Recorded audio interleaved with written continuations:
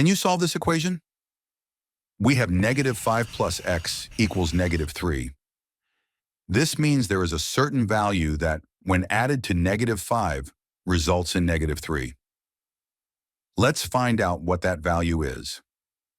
To solve for x, we need to isolate it on one side of the equation. This involves eliminating negative 5. The opposite of subtracting 5 is adding 5, so we add 5 to both sides of the equation. On the left side, negative 5 plus 5 cancels out, leaving just x. On the right side, negative 3 plus 5 equals positive 2. So the solution is x equals to 2. That's our final answer.